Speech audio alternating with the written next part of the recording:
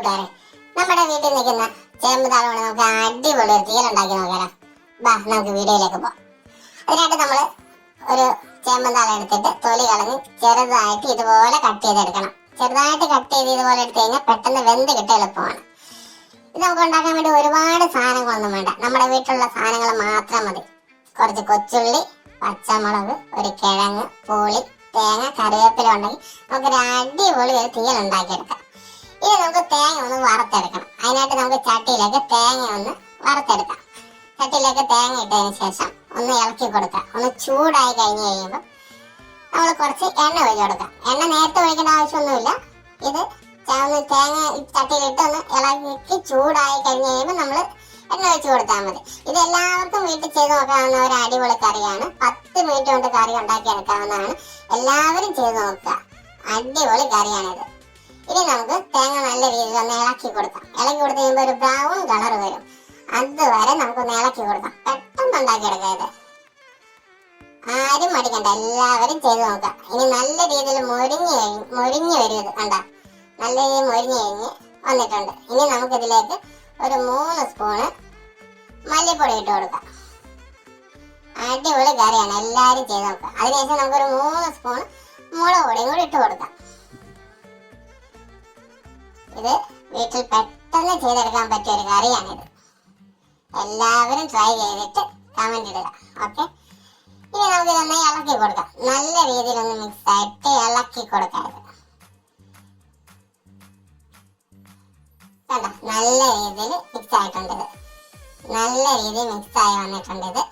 ഇത് നമുക്ക് ഇനി ഇത് ഒന്ന് മാറ്റി വയ്ക്കാം. ഇനി നമുക്കിനി അടുത്ത പരിപാടിയിലേക്ക് പോവാം. ഇനി നമ്മൾ അരിഞ്ഞു വെച്ച നമ്മുടെ ചേമ്പും താളും കൊച്ചുള്ളിയും അതുപോലെ നമ്മുടെ കിഴങ്ങും നമ്മുടെ പച്ചമുളകും ഈ പാത്രത്തിലേക്ക് ഇടാം. നമുക്ക് പുളി കുതിരാൻ വേണ്ടിയിട്ട് മാറ്റി വയ്ക്കാം.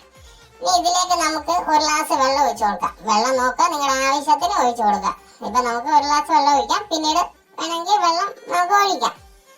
കണ്ടോ, ഒരു ഗ്ലാസ് വെള്ളം ഒഴിച്ചു കൊടുത്ത് നമുക്കിനി ഇതിലേക്ക് ഒരു 1.5 സ്പൂണ് മഞ്ഞൾപ്പൊടി ഇട്ട് കൊടുക്കാം.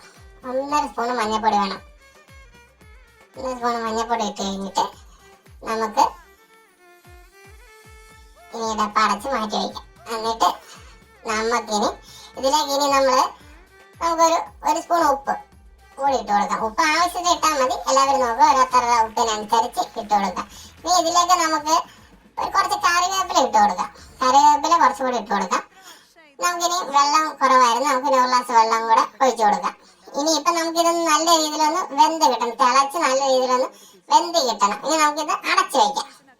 ഇത് വേകുമ്പോഴത്തേനും നമുക്കിനി അടുത്ത മസാല റെഡിയാക്കിയാലോ.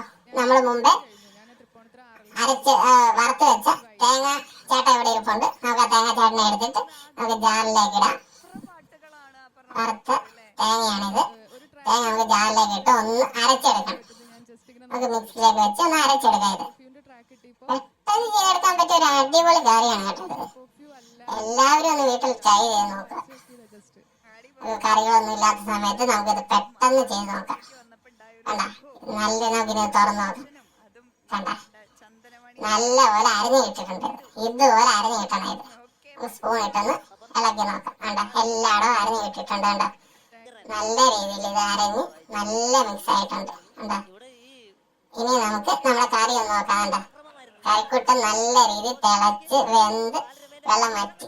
കണ്ട, നല്ല രീതിയിൽ വെന്തിരിപ്പുണ്ട്. കണ്ട, നമ്മുടെ കറിക്കുട്ടനും റെഡിയാണ്. ഇനി നമുക്ക് നമ്മൾ കുതിരാൻ വെച്ച പുളിവെള്ളം ഇതിനകത്തേക്ക് ഒഴിച്ചു കൊടുക്കാം. നല്ല രീതിയിൽ പിഴിഞ്ഞ് പുളിവെള്ളം ഒഴിച്ചു കൊടുക്കാം. അതിനുശേഷം നമ്മൾ ഇപ്പൊ അരച്ച് വെച്ച നമ്മുടെ മസാലയും കൂടി ഇതിനകത്ത് ഇട്ട് കൊടുക്കാം. മസാല നല്ല രീതിയിൽ തോണ്ടി ഇട്ട് കൊടുക്കാം. നമുക്ക് എന്നിട്ട് തോണ്ടിയിട്ട് നമ്മൾ ഒരുപാട് തോണ്ടി നോക്കി കുറച്ചൊക്കെ അവിടെ ഒട്ടി പിടിച്ചിരിപ്പുണ്ട്. അതുകൊണ്ട് നമ്മളിതൊന്ന് കഴുകി ഒഴിച്ചു കൊടുക്കുകയാണ്. കഴുകി ഒഴിച്ചു കൊടുക്കുക. നല്ല അപ്പത്തേക്ക് നമ്മുടെ സൈഡിൽ കിടക്കുന്ന മസാല എല്ലാം ഇതിനകത്തങ്ങ് ചേർന്നോളും. അങ്ങനെ ഇതിന് നമ്മുടെ ആവശ്യത്തിന് വെള്ളം ഒഴിച്ചു കൊടുക്കാം. നമുക്കിപ്പോൾ ഇത്രയും മതി. നമുക്ക് 1 സ്പൂൺ ഉപ്പും കൂടി ഇട്ട് കൊടുക്കാം. എന്നിട്ട് നല്ല രീതിയിൽ ഇളക്കാം, ഇളക്കി കൊടുക്കാം. ഇനി ഒരു കാര്യം കൊണ്ടുവരും. നമുക്കൊന്ന് കടുക് വറുത്തെടുക്കാം. അപ്പൊ നമുക്ക് ഇത് നല്ല രീതിയിൽ ഇളക്കി നമുക്ക് ഇതിനെ അടച്ചു വയ്ക്കാം. അടച്ചു വെച്ചിട്ട് നമുക്ക് ഇനി അടുത്തത് കടുക് വറുക്കാം. നമുക്ക് ഒരു ചട്ടിയിലേക്ക് എണ്ണ വെച്ച് കടുകും കറിവേപ്പിലയും വറ്റൽമുളകും കൂടെ ഇട്ട് കടുക് വറുത്ത് നമുക്ക് ഇതിലേക്ക് ഇട്ട് കൊടുക്കാം. എന്നിട്ട് നമുക്ക് കുറച്ച് കാരി എടുത്ത് ചട്ടിയിലേക്ക് ഇട്ടിട്ട് ഒന്ന് ഇട്ടുന്നത് നല്ലതാണ്. അല്ല, ഇനി നമ്മൾ നല്ല രീതിയിൽ ഒന്ന് ഇളക്കുക. നല്ല രീതിയിൽ നമ്മൾ അടി കൂട്ടി ഒന്ന് ഇളക്കി കഴിയുമ്പോൾ നോക്കി നമ്മൾ തീയല് റെഡി.